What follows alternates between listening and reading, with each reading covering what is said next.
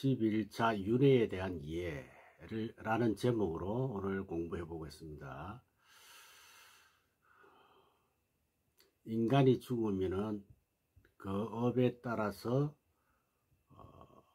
육도의 세상에 가서 생사를 거듭한다 하는 그런 불교 교리죠.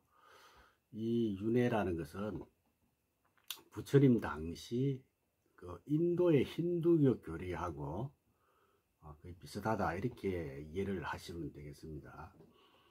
생명이 있는 것은 6가지의 세상에 번갈아 태어나고 또 죽어간다는 거, 이게 육도윤회다 이렇게 말하죠. 육도라는 것은 지옥, 아기, 축생, 수라, 인천 이렇게 6가지 길을 말하는 것입니다. 이제 육도에 대해서 좀 살펴본다면 첫째 지옥도죠. 지옥, 아기, 축생 할 때 지옥도인데 가장 심한 세상, 고통이 가장 심한 세상이죠. 지옥에 태어난 이들은 대체적으로 심한 육체적 고통을 받습니다. 불교에서는 무려 136가지나 되는 지옥이 있다고 그래요. 이제 주로 이제 10대 지옥을 우리 불교에서 뭡니까 벽화라 이런 데서 소개를 많이 하는데, 이 불교 지옥은 아주 잔혹하기 그지가 없죠. 그지 없어요. 몇 가지 지옥에 대해서 좀 간단하게만 소개 드린다면 뭐 다 그 지장경에 나오죠. 화탕지옥, 뭐 발설지옥 뭐 이렇게 쭉 있는데, 화탕지옥은 보통 중생을 죽이거나 생물의 위해를 가하거나 하는 그런 지옥, 자들에 대한 지옥이죠. 이런 자들은 펄펄 끓는 가마솥에 산채로 집어넣는다 이렇게 이야기하고 있습니다. 그 다음 발설지옥, 말 그대로 생전에 말을 잘못해 가지고 말을 통해서 지은 죄값을 치르는 지옥이죠. 어떻게 하느냐, 혀를 길게 뽑아내고 그 위에, 혀 위에 소가 밭을 가는 그런 무시무시한 지옥이죠. 그 다음에 금수지옥은 불효, 불경, 무자비한 죄, 이런 죄를 지으면 가는 곳인데, 새꼬챙이로 그 죄인을 그냥 꽂아가지고 심판하는 그런 잔혹한 지옥이다. 그 다음에 독사지옥, 살아생전에 강력 범죄를 저지른 자들이 떨어지는 지옥인데, 그곳에는 독사들이 있는 곳에 그 독사들이 있는 구렁텅이에 빠뜨린다는 것이죠. 그래서 그 속에 빠진 중생들 자기들끼리 다투다가 결국 독사에게 물리는 그런 지옥이죠. 그 다음에 허감지옥, 이곳은 빛도 소리도 없는 그 사방이 새카만 지옥이요. 그런 곳에 죄인들은 아무것도 보지도 못하고 아무것도 듣지도 못해. 그러니까 결론적으로 정신이 붕괴되는 그런 지옥이죠. 그 다음 도산지옥, 남에게 베풀지 않거나 인색하게 삶을 산 자가 가는 지옥인데, 가시로 뒤덮인 산에 올라가야 돼. 그냥 걸어서 올라만 가면 한 발자국 디디면 바로 가시에 찔리는 것이죠. 이런 과정에서 죄인들은 몸에 수많은 가시가 찔린다 이런 이야기입니다. 그 다음 거해지옥, 살아생전에 남을 속인 사기꾼들에게 가는 지옥이죠.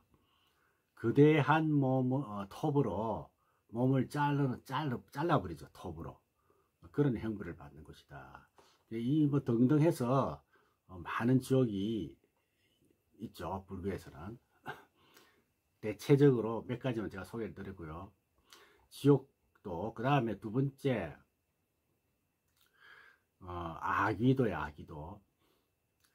지옥보다는 육체적 고통은 좀 덜 받지만 반면에 굶주린 고통을 심하게 받죠. 아기라는 것이 배는 큰데 목은 조그만하잖아요. 그죠? 목 구멍으로 배는 고픈데 음식이 못 내려가는 거죠. 많이 못 내려간다는 거죠. 그 좁은 목을 통해서. 자, 그런 걸 이제 비유해서 이제 설명을 하기도 합니다. 굶주린 고통. 세 번째 축생도는 네 발 달린 짐승뿐만 아니라 새, 고기, 그다음 벌레, 뭐 뱀까지도 모두 포함한 그런 축생도. 아수라도 저는 뭐 아수라다 이렇게 싸우고 난장판 우리가 연상을 하죠. 노여움이 가득한 세상이다. 화 잘 내는 사람도 마찬가지고 남의 잘못을 철저하게 따지려고 하고 또 들춰내려고 하고 또 규탄하는 그런 사람은 이 세상에 태어난다. 아수라도에. 다섯 번째, 인간이 사는 인도. 여섯 번째, 행복을 두루 갖춰진 하늘 세계인 천도. 이렇게 6개 나누죠.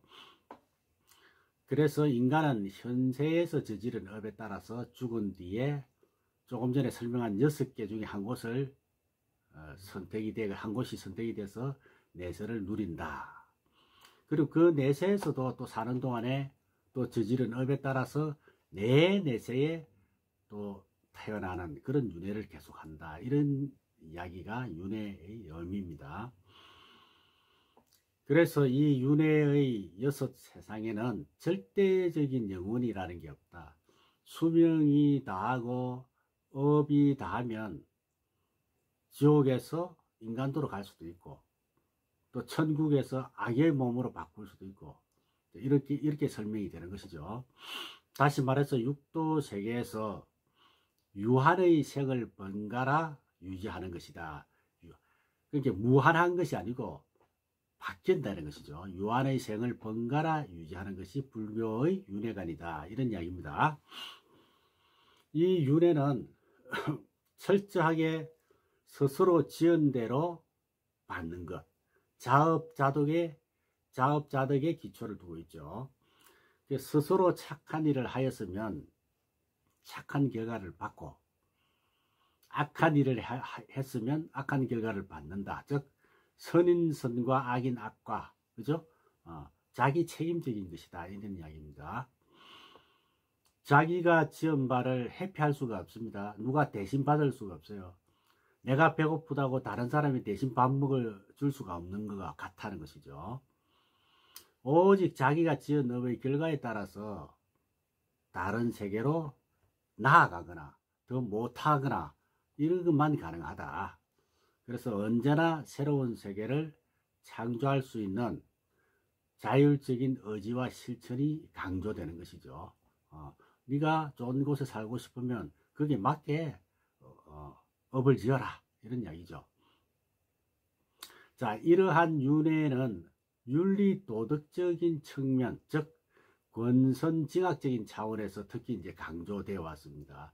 이것은 어떤 신앙적인 측면에서 하는 얘기예요. 특히 우리나라에 보면은 고전 소설 그 흥보전이나 심청전이 좋은 사례죠. 권선 징악적인 차원, 그걸 이제 강조를 많이 해왔습니다. 신앙적인 측면에서. 그러나 불교에서는 이 권선 징악을 넘어선 해탈의 차원이 윤회설을 차원에서 이 윤회설이 강조되었죠. 이제 오늘 하고자 하는 내용이 그 이야기입니다. 권선징악을 넘어선 해탈의 차원에서 이 윤회설이 강조된다 하는 이야기입니다. 윤회한다는 것은 결국 괴로움이거든요. 그래서 영원히 윤회에서 벗어나는 열반, 극락왕생을 더 불교에서는 중요시하는 것입니다. 따라서 이 한 생에서 다음 생이 어떻게 전개되는가 하는 데에 대한 관심보다는, 그런 것보다는 현실의 삶에서 한 생각 한 생각을 깊이 다스리자. 그래서 언제나 고요한 열반의 세계, 즉 불국토에 있는 것과 같은 상태를 유지하자. 그리고 점검해보자 하는데 더 치중을 했다는 것입니다. 다시 말해서 다음 생이 있느냐 없느냐, 극락에 가느냐 안 가느냐, 이런 것 자체는 논의의 대상이 안 된다는 것이죠. 그래서 붓다는 그 당시에도 계급의 차별을 부정하고 또 남녀 차별을 부정하셨는데 2600년 전에 그런 가르침을 폈다는 것은 대단한 일이죠. 당시 그 지역의 역사나 관념이나 문화를 부정하는 일이기 때문에 어찌 보면은 목숨을 불사하고 주장했다고 볼 수도 있죠. 이런 부분을 우리 불자들은 이해를 일단 하셔야 됩니다. 그리고 붓다의 가르침도 500년이 이제 지나면서 결국은 이러한 계급차별, 남녀차별의 가르침은 사라집니다. 차별하면 안 된다는 이 가르침이 사라지는 것이죠. 계급과 성차별을 합리화시킨다 이 말입니다. 합리화하는 것으로 이제 바뀌어갔다 이런 이야기죠. 그래서 붓다는 이러한 운명론을 전생에 의해서 또는 신에 의해서 또는 사주팔자에 의해서 좌우된다는 것을 부정했다 하는 그런 이야기입니다. 그런데 우리는 신앙적으로는 그것을 믿고 있단 말이지. 그렇죠?